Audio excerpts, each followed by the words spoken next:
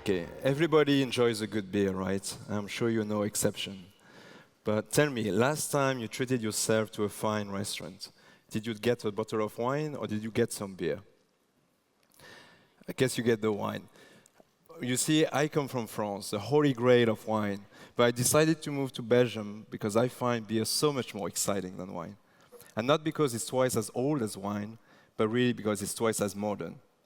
And the intention today is to convince you of this very objective fact by taking you on a journey of taste. From the craft renaissance to beyond craft, to cracking the code of flavor with a generation of hypertasters. So let's get going. Craft is back. You see, we're all here in an old brewery that had to shut down and leave town, victim of a faceless and tasteless industrial revolution. But today, craft is back. The breweries are back in Brussels, back in Paris, back in London. How did this happen? Well, it's like making a mayonnaise. You have all the ingredients, at some point it just clicks. Here is the same. At some point, people start to realize that they are what they drink. And maybe they don't want to be tasteless, and maybe they don't want to be faceless either. Maybe they want more meaning to their beer, maybe they want more fun to their beer, and certainly they want more taste to their beer. And that's what the craft is about. I like to talk about craft in three main points. And the first is this why not mindset, this abundant creativity. Because you see, if industrial brewers, they take a lot of pride brewing the same beer over and over and over again for 50 years, for 100 years, the craft brewers, they take their pride in brewing 20, 30 new different beers every single year. They brew like they would cook. You know, they are not afraid of using crazy ingredients like tonka beans from Amazonia or chipotle chili from Mexico or cocoa nibs or coffee beans or even flowers. They're not afraid of failing as long as they fail better. And they're not afraid of creating taste that might not please everybody. The second point is sharing is learning and the notion of collaboration.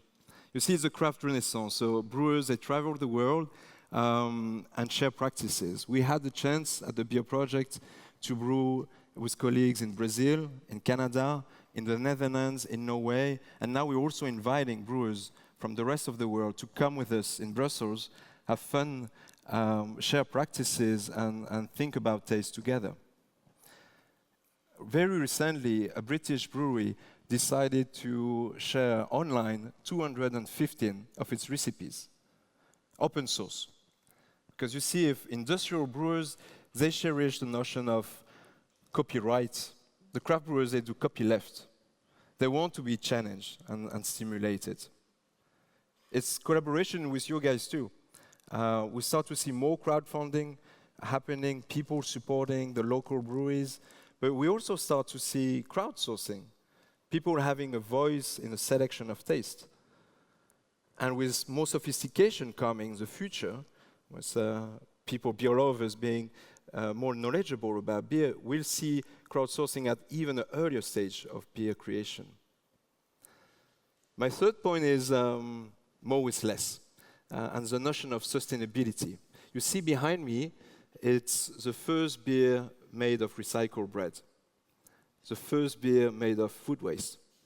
We were able to recycle last year 10 tons of bread with this project.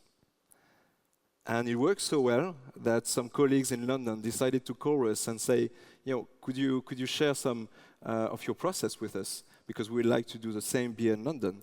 And we had a few Skype conversations, and we went to London, and now it's happening. We also have a bread beer in London. As I'm trying to build on our process, so we might actually learn from them and learn from our original idea as well.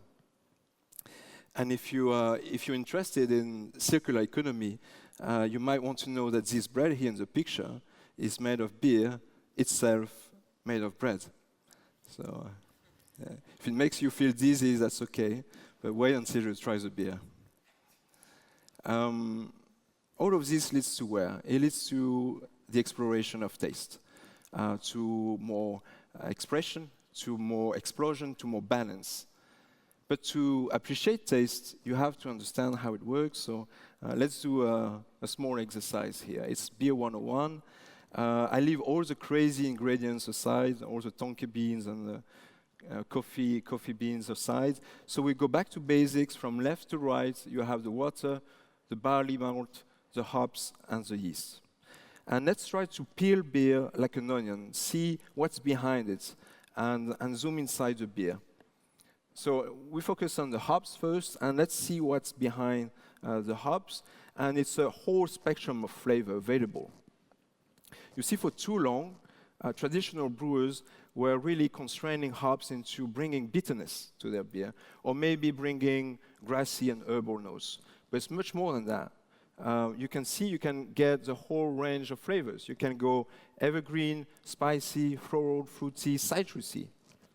But it's more than that again. You have more than 100 varieties of hop to play with, and let's pick one. Let's pick Cascade hops, for instance, and zoom inside Cascade. If you look at the graph, it should be citrus notes, but it's much more than citrus. You have also sweet fruits and red berries. If you look at this, you can actually notice two different sets of colors, deep blue and light blue. The light blue is about traditional brewing, traditional hopping during the boiling phase. The deep blue is dry hopping, so trying to use the hops at a cooler temperature later on. And it creates new flavors, like maybe the woody notes and the cream caramel, but it also accentuates flavors, like the sweet fruits and the red berries. Understanding every single ingredient to its very bare nature, and then being able to assemble all those ingredients into a coherent puzzle, into a nice, tasty symphony, is the job of the brewer. And after a lot of focus on the hops, there will be the same amounts of work on the yeast. Actually, you will see wine yeast playing with beer yeast and trying to create new flavor. And you will have very blurry lines between what's wine, what's cider, and what's beer in the future. So are we there yet? Of course it's not. Of course, it's just the tip of the iceberg. And this man here, he might look a little bit funny to you, but he spends his days at the University of Oxford, looking at the association of taste and sound. And he proves that there was a direct connection between high-frequency rhythm and a heightened sense of sweetness, and low-frequency rhythm and a heightened sense of bitterness. So what it means is that you might be drinking what's essentially the same beer, let's say one of mine, and if you're listening to electro music or jazz music, you will have two different tasting experiences. You see that's the future of beer, I think. It's not just beer in isolation, not just beer to its finest detail. It would be beer in its context. And maybe you already witnessed it yourself. Maybe one day you had a beer at the beach, and then a couple of months later, you had the same beer, but in your living room at night. And I guess it didn't taste quite the same. Well, this is the idea. The idea is to look at beer in the context, think about music pairing, but also color pairing, maybe the association between beer and the room temperature, to get into a 360 experience of taste. And this will not just be for crazy brewers or crazy scientists. It will be for everybody, for you, for your kids, and for your grandkids. You see, in this room, we have about 300 super tasters. You might not know you won, but if you know the difference between peach and apricots very easily, or between raspberries and cranberries, you might be one. Actually, if you're a woman, you have a natural advantage to be a super taster. If you come from Asia, if you come from Africa, you also have a natural advantage to be a super taster. So what I mean is that we already identified the gene responsible for super tasting abilities. And if we did so, it's easy to imagine with CRISPR technology that tomorrow we'll create a generation of hypertasters. People with the ability to find the red berries and the sweet fruits in the Cascade hop, People will be able to understand the connection between the beer and the music that's playing, with the daylights, with the room temperature. People will be able to understand taste much better than professional brewers or scientists know today. People will be able to match their beers to the right environment and maximize their tasting experience. Again, getting this 360 experience of taste and moving from real beer to amplified beer. Well, flavor is also available for people who are not hypertasters, for you and me. But if you don't want to look too stupid in front of your kids, talking about beer, talking about whiskey, wine, food, and taste in general, I suggest you start your journey of taste rather soon, and maybe even tonight. The day is ending. Hopefully by now you're craving for a beer, and once you have one, I'd like you to pause for 1 second. I'd like you to look at it and look at the color. It's not just blonde or black. If it's blonde, is it pale blonde? Is it golden blonde? Is it amber blonde? And then, what kind of perfume does it wear? Is it citrusy? Do you have some grapefruit notes coming? Do you have some woody notes coming as well? And then get a mouthful sip and see what's happening in your mouth.